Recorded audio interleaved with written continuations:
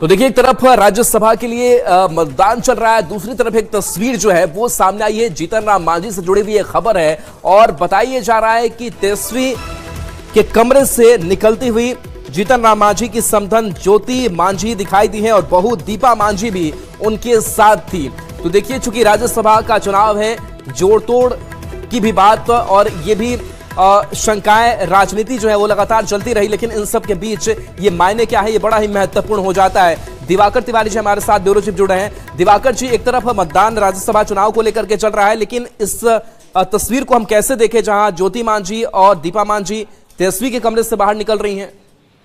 देखिए, ये काफी महत्वपूर्ण है ऐसे समय में जब एक एक विधायक के वोट की जरूरत है और एनडीए हो या जो है विपक्षी खेमे के जो महत्वपूर्ण नेता हैं, वरिष्ठ नेता हैं, वो इस बात की जुगत में लगे हुए हैं कि कैसे एक एक वोट जो है इकट्ठा किया जाए।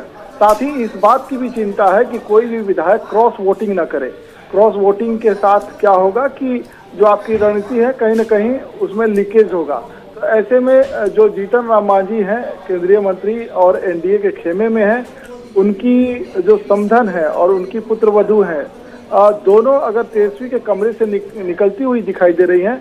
जब वो निकल रही हैं तो उनके साथ अख्तरुल ईमान जो विपक्षी खेमे के विधायक हैं वो दिखाई दे रहे हैं और साथ ही जो उम्मीदवार हैं अमरेंद्र धारी सिंह, वो भी दिखाई दे रहे हैं पीछे से निकलते हुए। तो जरूर ये कहीं ना कहीं कोई संदेह खड़ा होता है कि क्या ये दोनों विधायकों की विपक्षी खेमे से कोई बातचीत हुई है।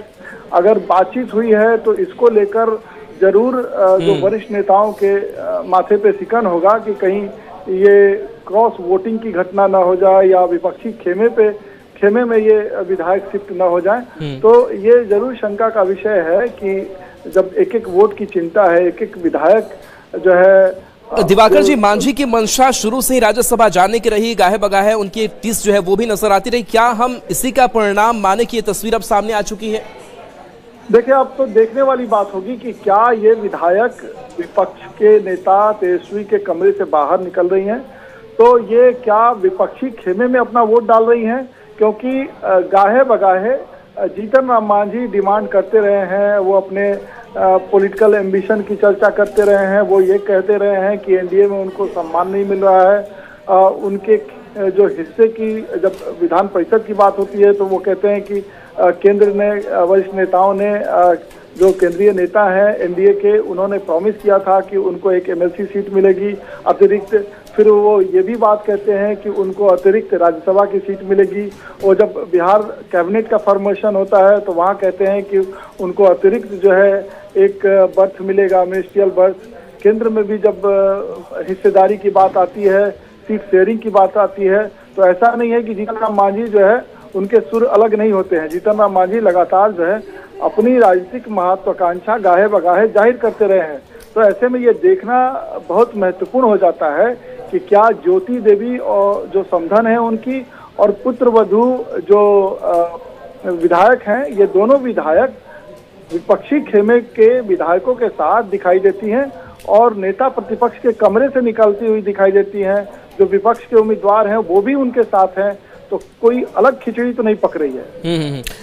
अगर एनडीए की 5वीं सीट की बात करें, शिवेश कुमार की बात करें, तो थोड़ी सी जो गणित है, हिसाब किताब है, उसके हिसाब से भी थोड़ी कमजोरी नजर आ रही। लेकिन अगर ऐसी तस्वीर सामने आएगी तो क्या ये और चुनौती बढ़ेगी 5वें कैंडिडेट के लिए? देखिए, एमआईएम के विधायकों और जो बीएसपी के इकलौते विधायक हैं उनको लेकर कई तरह की बात चल रही थी और जब कांग्रेस के विधायकों पर नजर गई तो ये पता चला कि वो तो ट्रेसलेस हैं। तो अभी भी 2 विधायक अभी संपर्क से बाहर हैं। तो ऐसे में देखना पड़ेगा जब नतीजे आएंगे तो कौन सा विधायक किधर गया है, किधर के खेमे से ज्यादा क्रॉस वोटिंग हुई है। पक्ष का विधायक विपक्ष की ओर तो नहीं चला गया, विपक्ष का विधायक पक्ष के उम्मीदवार के पक्ष में वोट तो नहीं कर दिया है। तो ऐसे में अब नतीजों का इंतजार करना होगा। लेकिन ऐसी तस्वीरें जब आ रही हैं, विधायकों के फोन बंद आ रहे हैं, विधायक आपके खेमे के विधायक दूसरे खेमे में दिखाई दे रहे हैं, तो ये जरूर जो है वरिष्ठ नेताओं के लिए शंका वाली बात है। जी, कांग्रेस के भी 2 विधायक अभी गायब हैं, उनको लेकर कोई स्टैंड समझ में आ रहा है, कहाँ है वो?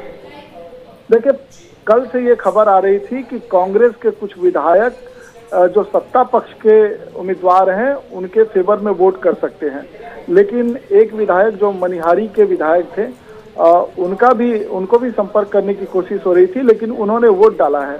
वोट उन्होंने किसे डाला है अब देखने वाली बात होगी जब नतीजे सामने आएंगे। 2 विधायकों को ट्रेस किया जा रहा है, अभी तक वो संपर्क से बाहर हैं, तो वो कब आते हैं उनका इंतजार है कि उनको वोट कराया जाए। और अखिलेश सिंह जो राज्यसभा सांसद हैं, वरिष्ठ नेता हैं, उनको लगाई है पार्टी ने कि आप जो है सभी विधायकों के वोट सुनिश्चित करें। जो विपक्ष के उम्मीदवार हैं अमरेंद्रधारी सिंह, तो अमरेंद्रधारी सिंह के पक्ष में वो वोट करते हैं नहीं करते हैं, वो संपर्क से बाहर हैं तो क्यों बाहर हैं, फोन उनका क्यों बंद आ रहा है, ये तमाम सवाल हैं। और इन सवालों को लेके कहीं न कहीं जो वरिष्ठ नेता है वो जरूर सशंकित है। जी चलिए आपके पास दिवाकर जी आएंगे। शैलेंद्र हमारे साथ जुड़े हुए हैं। शैलेंद्र, ये तस्वीर को लेकर के हम क्या कहें, क्योंकि चूंकि ये एनडीए के विधायक है और वो तेजस्वी के कमरे से निकल रहे हैं, जहां पर तेजस्वी के प्रत्याशी भी मौजूद है, अमरेंद्रधारी सिंह नजर आ रहे हैं। मांझी का क्या स्टैंड नजर आ रहा है इस पूरे चुनाव प्रक्रिया को लेकर?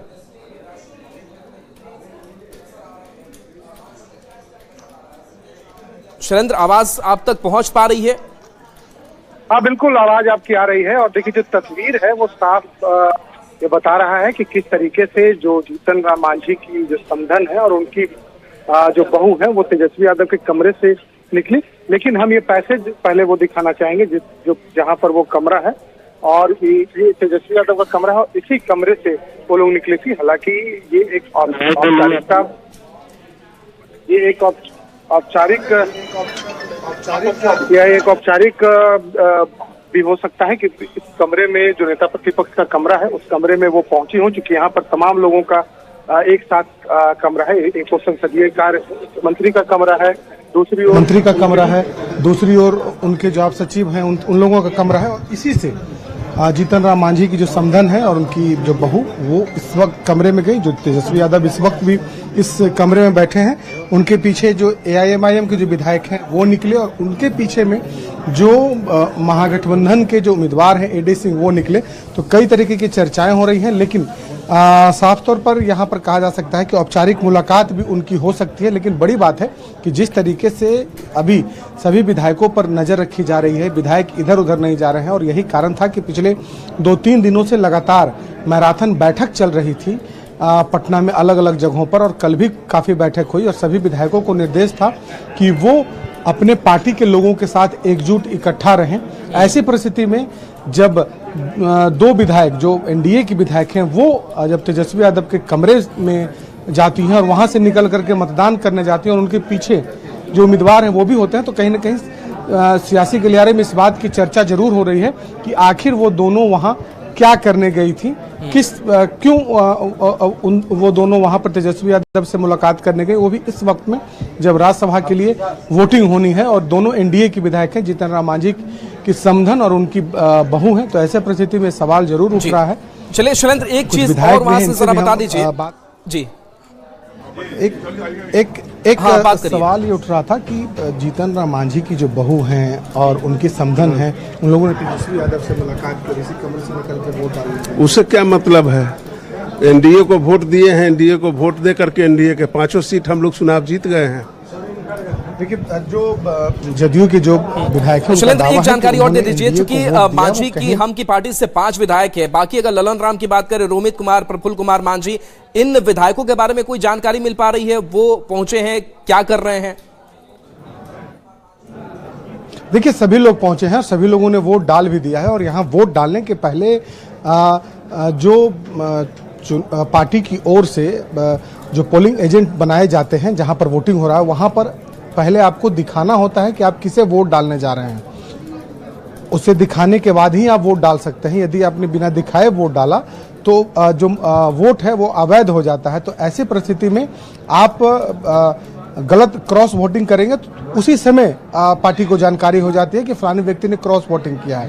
लेकिन जदयू का दावा है कि नहीं, तमाम जो एनडीए के विधायक हैं उन लोगों ने सब एनडीए के उम्मीदवारों को वोट दिया है, और ये जो मुलाकात है ये औपचारिक मुलाकात है, क्योंकि इसी रास्ते से आना है और इसी रास्ते में तेजस्वी यादव का कमरा है, तो लिहाजा ये एक औपचारिक मुलाकात बताई जा रही है। जी, लेकिन हम इससे सिर्फ औपचारिक मुलाकात कैसे कह सकते हैं, जहां पर इंटैक्ट रखने के लिए विधायकों को होटल में ठहराया जा रहा है, पटना में उनकी हाजिरी लगातार लगती रही, लेकिन वो जाकर के तेजस्वी के कमरे से निकलते हुए दिखाई दे रहे हैं।